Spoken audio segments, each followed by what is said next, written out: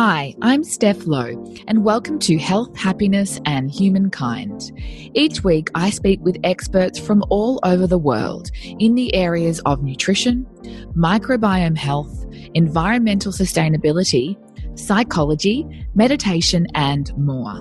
Together, we'll teach you the answers to becoming healthy, happy, and a more conscious human, and why your contribution to the planet truly matters. If you love the show, please rate and review us on iTunes and hit share to send today's episode to a friend or two. And now, without further ado, let's dive into today's episode. In today's episode, we are joined by the incredible Amber Hawken, whose mission is to shine a torch on the forgotten paths of your power and show you how to activate and integrate them into your life. We explore mental health and the system, the importance of a root cause approach, regression therapy, trauma, the integral role of breathwork for optimal health and longevity, and so much more. Hi, Amber, and welcome to the show. Hey, Steph. Thanks so much for having me. You're most welcome. I'm really excited to share your story with our listeners today. As it's your first time on the show, I wanted to give you the space to introduce yourself, tell us a little about you and your work. All right. Do I begin at birth or a little bit of background? I'll try and smush it in. But for context, which is generally important for any conversation I have, is I studied medicine first and I was a radiation therapist and worked in the fitness industry for a long time. So that kind of, they seem quite opposite. They are. And I worked in the fitness industry to get myself through uni. So I graduated, absolutely loved radiation therapy because I got to work with the people. And specifically when I worked at the Royal Brisbane, I worked with the kids, and it was mind-blowing. It was beautiful to watch them face life and face death with such humility and joy. But when I was in there, it just was not anything that I thought it was going to be long-term. And I didn't want to go back into a system that I felt was already reduced in its capacity to support people to heal long-term. And so I went down the route of, because human behavior was always my second thing. So then I studied different forms of human behavior. So I have a background in like the holistic end of that stuff. I studied for 2 years on regression therapy, became a master NLP practitioner back when it took like 2 years to do things like this, back over a decade ago, and did a diploma of cognitive behavioral therapy, and then just explore different modalities, adding them into what I do over the years as I ran retreats and bringing in different facilitators and getting interested in that, and just started to really explore the things that interested me that I could be trained in, not to facilitate, but to be able to hold space in those spaces. So I've got like a long fancy list there, but my main things are around understanding the psyche, trauma, healing, emotions, and on the flip side of that, like optimization of all of that area. And I wind in a lot of deep self-connection. I work a lot with supporting people really to come back to themselves, that autonomy, that sovereignty, that agency, as well as connecting with their self and community. And I'm not a very serious person, even though that's a very serious list of things. We run retreats, really big, intense retreats called Alchemy, both for men and women. We haven't done the combined yet, but we will maybe after baby comes next year. But they've been going for about 7 years now, and they're an incredible piece of work that I get to facilitate. It's got its mind of its own. And again, it's multimodality.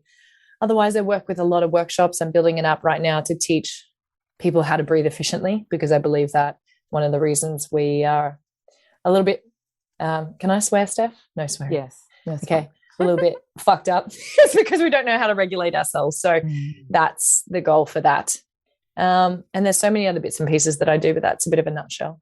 Yeah, awesome. It does sound very serious, but I'm sure we'll learn more from you today and connect with your beautiful personality. So yeah, there's a lot to unpack there, but I want to frame it, I guess, with a little comparison of the work that we do. You know, you and I were talking off air how I talk a lot about the Western medical system and some of its failings per se. Obviously, we do need medicine, and I hope I shouldn't have to say that, but I always feel myself, paraphrasing things that I say to identify that it does need a lot of work, that we need to move away from the pill for an ill, polypharmacy, reliance on someone else fixing us in many cases. And we see the same in your realm with psychology and healing and trauma. So take us on a little bit of a journey, with that as to what you've seen over the years, and I guess why you're so passionate about changing that landscape. Yeah, thank you so much for that. And I think it's a beautiful thing that's only come into my sphere maybe the last 2 or 3 years. It was always in me, but I didn't know why I was irritated. I have a deep respect for the medical world. As I said, I went into it. It's just, and anyone I ever studied with or met or saw, they didn't even go there because they didn't want to not help people. That's not the goal. But this is what I kind of speak to, is the system that's limiting. It doesn't focus on getting people well. It's this example that Norway, that a hospital is called a sykehus, which is called sick house. It's a house for sick people, and it's not a well house. And in the same, on the same token as when it comes to healing and psychology, there are some excellent psychologists, psychotherapists, therapists, counselors, like brilliant minds in the world out there. That are well needed and have made massive grounds and supported people. What I have seen, though, over the years of working with people, especially around trauma, even though I came from that Western background of studying medicine and then went into more holistic or more areas where I could be a little less limited in what I did and who I worked with and how I used those skills and those qualifications, I would ironically being seen from this angle, from the Western angle, as a little bit like fluffy. But when I'm in this world, I'm seen as a little bit rigid. So either perspective, I'm a bit of a bridge for both worlds. And so I would get people right at the end when they'd maybe gone on antidepressants for a really long time, or they'd gone to a psychologist for like 10 years and they'd had a session, some of them weekly for a really long time. And talk therapy can be really supportive. There's so many different forms. Like, don't get me wrong here, it's been impossible to dig into them. But a lot of the time what has happened is there'll be a diagnosis, and then there'll be a diagnosis and then a bit of a framework to live in. And it's almost like sometimes that diagnosis of, it could be, say, anxiety or depression are really common ones. That are really serious things that people experience. They're very real things. I'm not saying that they're not, but an example of depression, and they talk about there's like a chemical imbalance in the brain. We've known for a really long time that that's not actually really how it is, but we still treat people that way, and people still treat themselves that way. So we've had like miscommunication, miseducation, or the education has evolved, or the information has evolved, but we're still stuck in the way of treating someone symptoms and diagnosing their symptoms, and then giving them like a crutch or a sling in a mental and emotional way to say, well, here's your limit here. So when this happens, when this trigger happens, or this thought happens, or this emotion happens, well, that's just you, or that's just all you can do, or that's just your limit, or you're just going to have to live with that. And so the thing that hurt, like when people would come all the way through that and come to me in a sense of sometimes desperation, they didn't know anywhere else to go. And I don't know why I was at the end of the line, but whatever I was, I would just always go to root trauma, would always be my, where did it begin? Where did the patterning begin? And I've never looked at things like that in a way of, all right, there's this thing that's happened, that's broken you, that's wrong with you, that you now have to live with forever. I'm like, this is built and evolved around your character and your experience of life and your world. And I think it's a beautiful thing to work with. But if there's anything still out of balance emotionally and mentally based on the way that you perceive yourself in the world, that's creating a sense of limitation around who you can be and what's possible, well, that's fucked, because that's limiting you. And I think life's a playground. So let's work on that perspective that you have, or that idea that's created of this and that continues like these, what were defensive mechanisms, because your brain and your body are smart and your emotions are smart, and we learn to defend ourselves, but then become these destructive behaviors later on that you end up thinking, well, this is my personality, or this is just how I am, or I've just had to deal with it, or I'm just going to have to do this forever. And then we've got the other side of the personal development spiritual world, where we've got a very, very, very short period of time, that in history of time where people will have an experience and then they will teach. They will have an experience at a workshop or at men's work or women's work, and then suddenly they're a teacher. Whereas when you look at any ancient tradition around healers or shamans or practitioners or gurus or teachers, there's an apprenticeship of a decade or decades, and I believe for a really good reason. At the same time, I think it's important that we're evolving and we're keeping up with that evolution. So I'm not saying that we should kind of, if you're passionate about supporting people, not to do it or you're not good enough. But what happens is the potency of what's possible in self-healing and regulation and supporting yourself and sovereignty also gets filtered down. So you've got like this limited a diagnosis that can limit, if not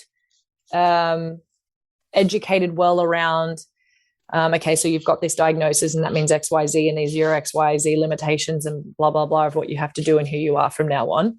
And then we've got this other end of like, you can do anything, it's freedom and da-da-da-da-da-da. And it's like this confusing, range of extremes that we have. Whereas I'm kind of like, meet somewhere in the middle, because it's important for you to recognize what's going on in your body and your mind and why maybe you're triggered and you deflect or you project or you shut down or you disassociate. And they're really important things to work with in a serious way to heal. And I think there are multiple modalities we can do the one thing for, but specifically I'll usually go into a regression phase and work with somatics, so the emotion in the body, and work with the body and the nervous system with breathing and feeling and sensing and presence, and facilitate that experience for someone to shift at a really deep level and then come back out and integrate that in their life. And now anything's possible as long as you know how to continue to regulate and understand your own mind and understand your emotions and work with that. So it's like, I think it's a process of getting out of the system that's just like, here's the limitation and the diagnosis, which isn't every psychologist or counselor, please hear me on that. But it's generally when, university is not very upgraded these days around the history of psychology and human behavior. And then I think a balance and a more grounded approach is needed when it comes to looking at, healing and freedom, and just going and doing like the other end of extremes of plant medicine and psychedelics without like the respect and the integration and the training that's needed to do that kind of stuff. So I think there's a system of something new that needs to be created where people understand they can work with themselves. They also don't need gurus on either end, but it's important to get the right support. It's a very long answer, but it's such a deep topic, and I'm like, fuck, I could go anywhere with this. Did that make sense? Please probe me. No, let's do that. Absolutely. I mean, to start from the beginning, like you and I were connecting over one of my recent Instagram posts, which stated that Zoloft is not going to treat the root cause of your depression. Yeah. And my gosh, I got a lot of people's noses out of joint with that post, as I tend to do.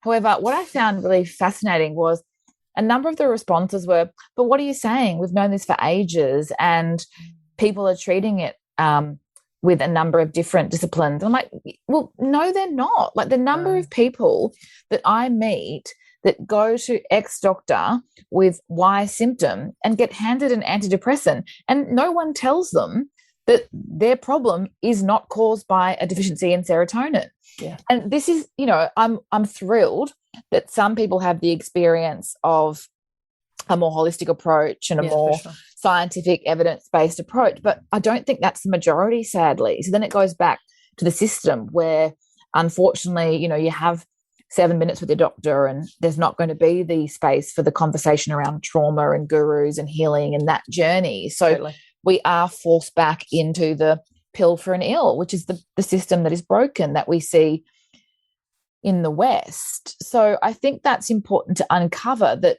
the reality is we aren't doing enough root cause treatment across the board. Totally. 100%. Have you seen the Town of Alapath cartoon? No. You should watch it. And anyone listening, go on Google, YouTube, The Town of Alapath, which came out like 7 years ago. And I won't interrupt your question, but it's a really perfect example of what we're saying in a cartoon. If you're like, what are you talking about? I'll find it and put it in the show notes. Yeah, good. And I'll check it out myself. But yeah, so I love what your work does with the regression therapy is you're going back to the start. You're not using that as a point to identify powerlessness, that you have to, keep looking at that as being your life is never going to be the same, but it's unpacking that as to, all right, well, this is going to give me some understanding as to how I'm going to start that healing journey, which I think gives the power back to the individual, which is the same thing that I try and do when, I'm teaching someone wellness. It's about what you can do as an individual rather than relying on someone else, like the system, to fix you. Totally. And that's scary for some people. And I get that. It's really terrifying to not think I've got this feeling, because usually it's a feeling and a thought that creates panic. Oh my God, I've got this discomfort. I have to do it. And the doctor or the person will, like, the amount of people that I'm like, I'm going to go to my doctor because I'm feeling this way. And I'm like, for them to tell you what? But it's not their fault that they're going to the doctor, because that's what we grew up to learn. Roll my ankle, go to the doctor. Why? They're going to tell you to rest, ice, elevate. If it's a fracture, great. They can give you, something to go and get an x-ray and then treat that for sure. But understand that, because I went to school with tons of med students when I then branched into radiation therapy, like in all of the years that they go, they have like 1, or it might even be 4 hours now of nutrition, which is based on dietitian nutrition too, which, unless done holistically, is numerical. And we're not a set of numbers. So it's like there is no, it's not people's fault that I don't, that's what I wrote about this little while ago. I have my back up at the system, and I feel frustrated sometimes when people think, well, this is the solution, but it's not their fault. It's not our fault. It's like what we were told to do. When this happens, you do this, and this happens, then we do this. And then here's the people who don't know anything about, like, they were brought in, like, medicine in its incredible, evolution and science and background was always for emergency. That's what doctors were educated on treating. That's what it's excellent for, but not to look at how you're going to regulate your own emotions, to calm your own mind, to stay when you feel really uncomfortable, to drop into your body and understand and navigate what's arising within you. We weren't taught that. I went into schools for a couple of years to teach that, and then I got pissed off at the system there too. So that's why I'm building an app. So I definitely want to hear more about that. And I don't want to sound like we're bashing the system, but I do want to read out one of the quotes that I shared online, where it said, if you are not first prescribed fresh food and regular movement, sunshine and sleep, then what you have is a drug dealer and not a doctor. And I think we can add some breath work in there as well. Yeah. Of course. But this is what I'm hoping for with the future. Like, part of the reason why we have this conversation is, not to criticize, but to help change, right? So that we can 100%. See. What's so wonderful now is when you do hear about integrative or holistic GPs that are looking at these foundations first. So, pharmacy has its place, again, hear me, but equally, what do we do first? What do we need to do first? So it's the same with talking about plant medicine and psychedelics. It's so vogue right now that I see people rushing there without doing the foundations. So where are the foundations? Every client that comes to see me gets taught those foundations. You do not build the house from the roof. And we're forgetting that because we are in a quick fix society. Totally, man. If you come to my retreat, you've gone through a process of, like, before you get there, there's so much that you've done before. Like, as far as like working with an Ayurvedic nutritionist, just go back to basically your veggies and low inflammatory things and stuff like that for a couple of weeks. And you have a protocol where you do breath work, you work with your, everyone go buy a filter now. Go and get some organic lemons and squeeze them in the morning, get them in your belly with some apple cider vinegar. At night, turn your lights off, low light, salt lamps, get a good, and people like I've had this maybe 20% of retreats, they'll go through those few weeks and they'll go, I don't know what I'm coming for anymore, because they're finally out of desperation. And they're like, and I'm like, great. Now we can actually support some fucking epic work, because you're no longer in extreme fight or flight or desperation in your mind and your body and your emotions. Now this is how you're meant to feel. This is what life's meant to be. Now the adventure begins. And that's actually my favorite piece. So I do the groundwork so that they can be like, holy shit, what's possible in this life for me to experience? It's kind of why I do what I do. Yeah, that's awesome. So obviously, yeah, root cause is definitely the way. And then I want to talk more about the trauma piece, but also I think it's important for us to acknowledge what's going on at the world at the moment. Yeah. And I think depression and anxiety are, are just the reality right now with what's happening for a lot of people. So I don't want to downplay that, there are a lot of us needing a lot more support right now, and potentially some people tuning in have turned to medical treatment. Which is absolutely okay. Yes, as a short-term solution while we're looking at a bigger plan. Again, no one's judging you there, but I think it's really relevant to today's conversation that we identify what else we can do. And so I'd love for you just to share some strategies with the listeners, if it's, the breath work or the therapies that we can look at, because we're all desperately needing that right now. There's a lot of anxiety and a lot of depression in the world right now. Totally. I'd be on it. Let me list off the things for the most simple thing in the world about breathing efficiently. First things first, if you're listening to this and you're not already breathing through your nose, close your mouth and breathe through your nose. First step. If you struggle with breathing through your nose because you're a mouth breather your whole life, it's okay. There's a lot of people out there who do that. The shape of your palate has probably been changed in your whole life. And there's a whole, if you're listening to this and you're like, how can I get support with that? Look up one of my teachers, Pat McEwen, or one of my other teachers, Dan Brulé, who teach about being able to change the shape of your palate, or message me. I'll talk to you about it. Anyway, nose. Relax your belly. If you've got your belly tense, relax your belly. Fully let it go. No Instagram model, unpop your button if you're wearing a button, just totally relax it. Sit up straight and start to inhale that breath and bring it down to your belly, and you're inhaling. And you want to let your air be light and gentle is the trick. Most of us overbreathe. When we overbreathe, it puts out the chemical balance between our oxygen and our CO2. And if we breathe through our mouth, we don't get the nitric oxide, which all of those three things together need to work in balance. When you breathe through the nose, you'll naturally have nitric oxide release down into the blood system. When you breathe through the nose, you will breathe less oxygen. You will have the right amount of CO2. If you have too much oxygen and not enough CO2, you'll be over-oxygenated without your blood cells actually being able to pick it up and oxygenate around your body. You need CO2 in your system. Breathing less is important. Breathing through your nose is even more important. Breathing down into the diaphragm. Whenever you inhale, we actually, for a moment, activate sympathetic, but when we exhale gently through the nose, we activate parasympathetic. And when you breathe evenly and rhythmically like that, your mind will immediately calm. If you can breathe 4 in, 4 seconds in, down into the belly, and 4 seconds out, and you do that for 9 minutes, if you can increase it to 5.5, which is a bit much for most people when they're first, because their CO2 tolerance might be a bit low. But if you can do 5.5 in, 5.5 out, counts in total. That's 5.5 breaths per minute total. Most people doing 12 to 30. If you do over 8, you're in fight or flight. Then you have calmed your mind. You've put your heart and your mind into coherence. Your system has gone into parasympathetic. Your cells and your organs begin to do what they're meant to be doing. You've gotten fresh oxygenated blood actually around the body, not just more oxygen.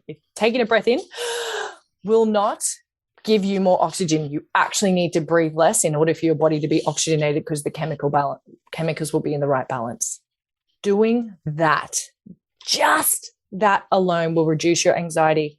I could throw a percent out there, but I would say 70 to 80% without bullshitting you. I would say more.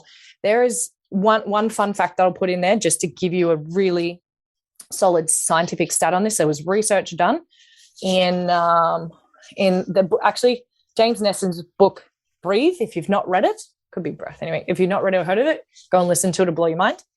He talks about the study done on people who didn't have the amygdala activation, so they never felt fear.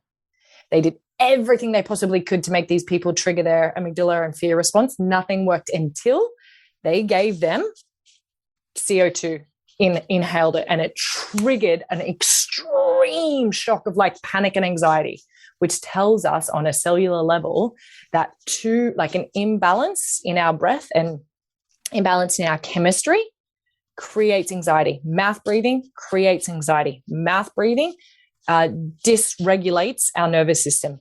Mouth breathing creates more mouth breathing because you feel like more out of air. If you think about, we're the only mammals on the planet that mouth breathe unless we're absolutely buggered. Dogs, the only time they ever pant is when they need to regulate. They're the only ones. So this will change, like just breathing through your nose. And if you want to go even further, tape your mouth at night. So you breathe through your nose at night, which will be a next level game changer.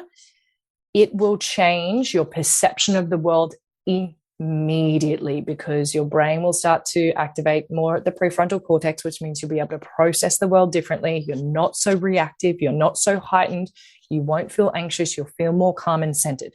This doesn't make the world's problems go away, but it supports you to be able to respond and take them in rather than disassociating and being out of your body. Yeah, it's so powerful. And I love that it's just so foundational. But again, we're not taught this in school. And I think our brain doesn't want to see those basic strategies. I think we're taught that it has to be big, someone else saving us. Yeah, totally. A big deal. Yeah, let's start with I wrote a post a little while ago of 30 things that are better than therapy, and I put like a little star, like better than therapy. And the first one was like, go and sit in child's pose and do a poo, hydrate and go do a poo, and like breathe. And they were all like things like that. Like, do all of that first and then see what you got, see what's left over. Yeah, I love that. That's so powerful. I'm yet to take my mouth overnight, but you've inspired me. It's an experience. Yeah. I know I can convert to mouth papers. Yeah. I'm really conscious of it, but obviously it's a default patterning. So it's the work ahead to recorrect that for sure. Totally. And you'll notice it. Like, yeah. Yeah, absolutely. Now, the other area is some of the therapies that you spoke about, the regression therapy. Like, tell me a little bit more about how that would work if we can identify something in our life that perhaps is we're now expressing in our behavior. Like one example I think of a lot is my short fuse with my toddler and how I believe that comes from how I was parented. Got it. Yeah. And I'm really conscious of that as a 38-year-old, but I do find it really hard because it feels like really ingrained from a long, long time ago. Yeah, for sure. Good example. And I'll use another one that's super relative to people as well. If when you feel like you're doing the wrong thing, like if you're in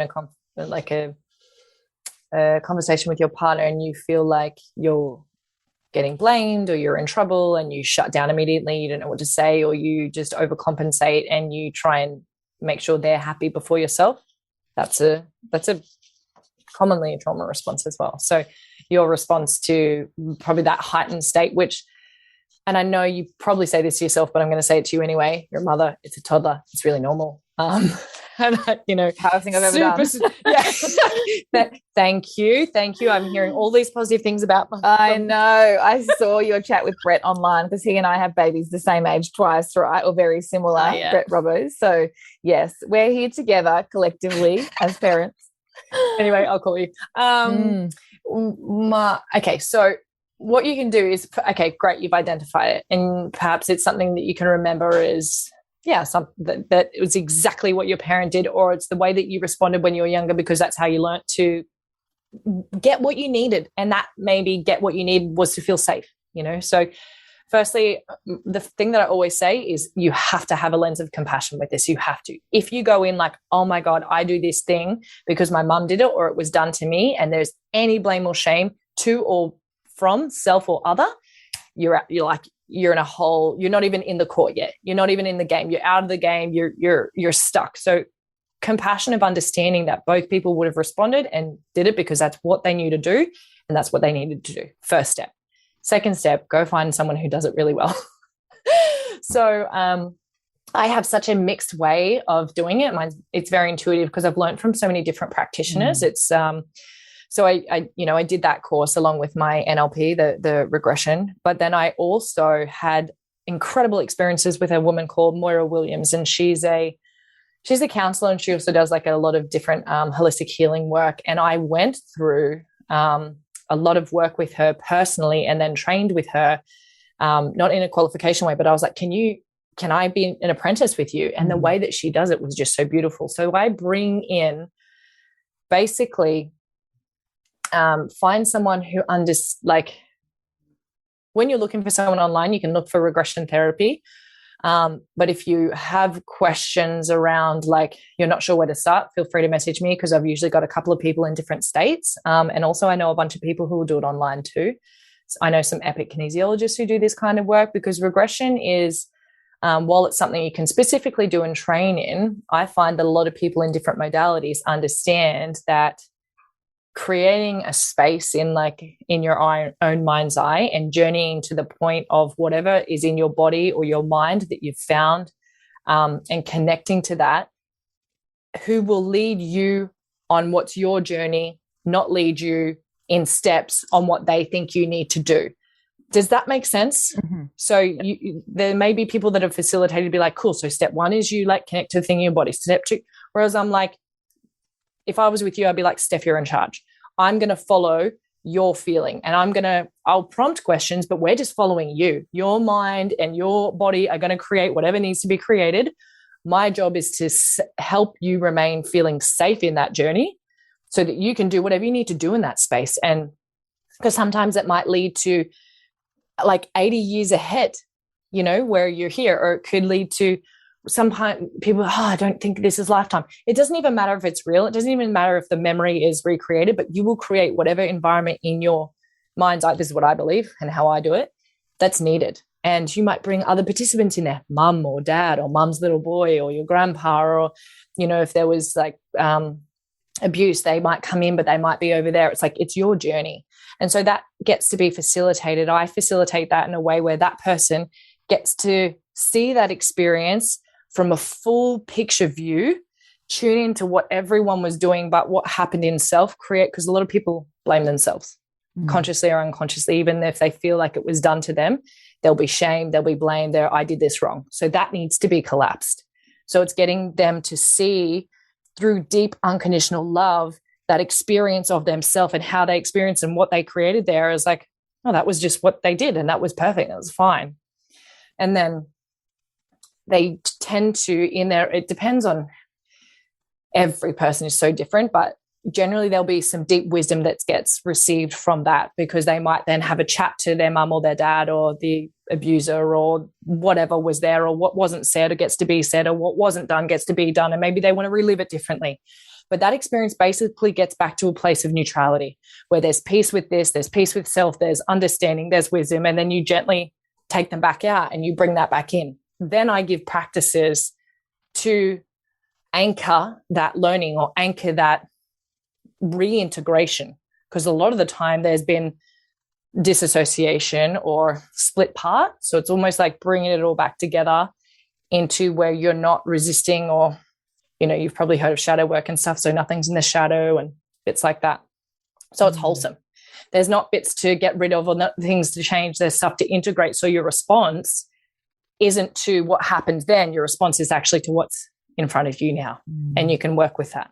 Yeah. And so again, it's so different for each, but that's kind of the journey. And then I would give people a lot of work afterwards to stay with, not a lot of work, but pieces that support them to regulate that back into their life for it to become a normal regulated habit, because they could have created different habits from that one thing that they then need to undo, as well as the actual perception change. Comes down to perception shift and emotional balance. In the end, it's harmony. It's about harmonizing. Yeah, I can definitely see that. I think what would help our listeners as well is I'll get you to share some resources with me so that those that are inspired to do some breath work and to learn more about regression therapy can dive in. So I think that could be a beautiful action step for the listeners 100%. And myself today. Yeah, I'll give a somatic emotional piece, an energy awareness piece, and a breathwork piece, because they're 3 things that you can do by yourself, which will change the game for you which is now. Yeah, which I love, which is, again, taking the power ourselves to commit to these simple but not easy strategies that can totally change our life moving forward. Yeah. Which is what we all need to be doing right now, because like the outside world is not actually going to change very quickly. Yep. That's going to take time. But what we can do is really work on finding that ability for harmony within, which I absolutely love.